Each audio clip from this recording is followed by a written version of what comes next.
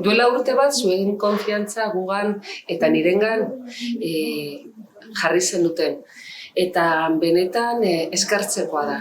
Eskartzekoa da, ze horrek eman zigun aukera Madrilera joateko eta nafartarren eta nafarraren hitza han izateko.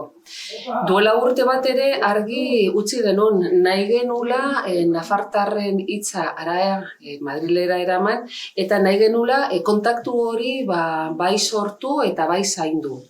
Eta, duela hilabete bat hasi ginen ronda hori egiten. Orduan elkartu gara eragile desberdinekin, pertsonak desberdinekin. Hain zuzen, egon ginen Zangozan, egon ginen baita ere esa betetzeko kontra dauden plataformako ordezkariekin.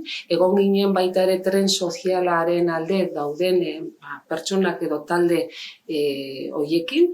Egon gara baita ere gazte ordezkariekin eta, momentu hauetan elkartuko gara pentsionistekin eta buruan ere badugu hainbat bai talde eta pertsonekin egotea.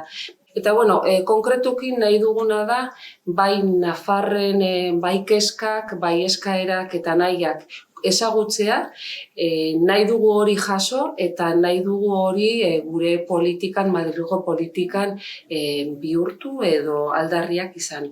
Horregatik garrantzitsua da hori zaintzea eta jarraituko dugu hori zaintzen. Baina badakigu ilusioa piztu behar dugula, bai instituzioetan eta bai kalean, bai arlo guztietan eta esan genuna justiziak gauzatuko genula eta hori saiatuko gara egiten. Arlo guztietan justizia soziala, justizia ekonomikoa eta orokorrean justizia nafartarrentzat eta Madrilen lortzen badugu hori aldarrikatzen eta gauzatzen, gure aurreraupena izango da, jarraituko dugu eta animo guztiei.